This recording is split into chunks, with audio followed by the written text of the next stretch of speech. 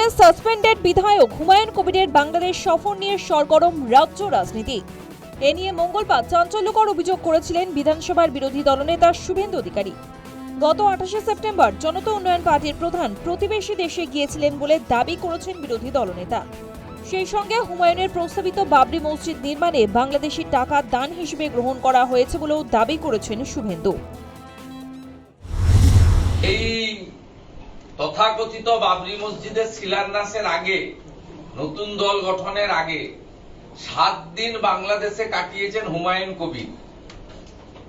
হুমায়ুন কবির বাবরি মসজিদের যে অর্থ সংগ্রহ করেছেন থ্রু আমাদের স্টেট ব্যাংক অফ ইন্ডিয়ার ব্যাংকের রেতে, তার 50% বেশি অর্থ বাংলাদেশ থেকে এসেছে।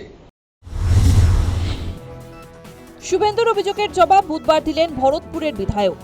বাংলাদেশে যাওয়ার কথা কার্যত স্বীকার করে নিয়েছেন তিনি, তবে বেআইনিভাবে তিনি যে যাননি তা স্মরণ করিয়ে দিয়েছেন বিরোধী দলনেতাকে।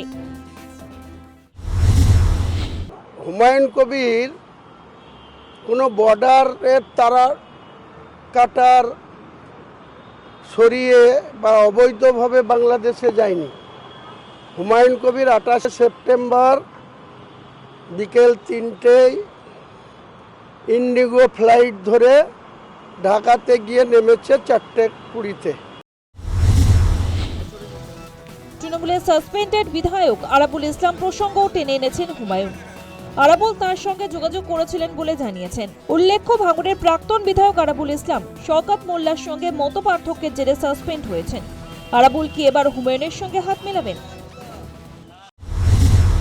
আমার কাছে কয়েকবার এসেছিল আরাবুল, তার অনেক স্বাদ, এই করতে হবে ওই করতে হবে। তাহলে আগে দলে জয়েন করো ভাই, তারপরে কি করতে হবে তোমার সাজেশন করেছে, মানে করতে আগ্রহ দেখাচ্ছে দলে জয়েন। বললাম তো কি করবে, যে করবে তারা সামনে এসছে, আর যারা সামনে আসবে না পিছন থেকে কারো কথায় আমাদের বিভ্রান্ত করার চেষ্টা করবে। হুমায়ুন কবির অত বোকা লোক না।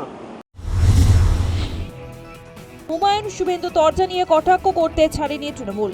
রাজ্য রাজনীতিতে দুই নেতা ভাঁড়ে পরিণত হয়েছে বলে মন্তব্য করেছে তারা।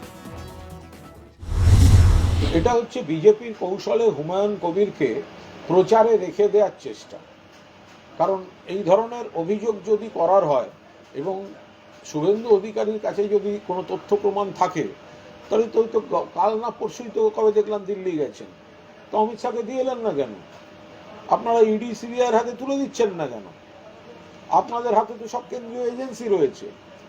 ওরা আসলে হুমায়ুন কবিরকে প্রচারে ভাসিয়ে রাখার দায়িত্ব নিয়েছেন শুভেন্দু অধিকারী। বাংলাদেশ অনুপ্রবেশ এবারের বিধানসভা নির্বাচনে বিজেপির অন্যতম ইস্যু।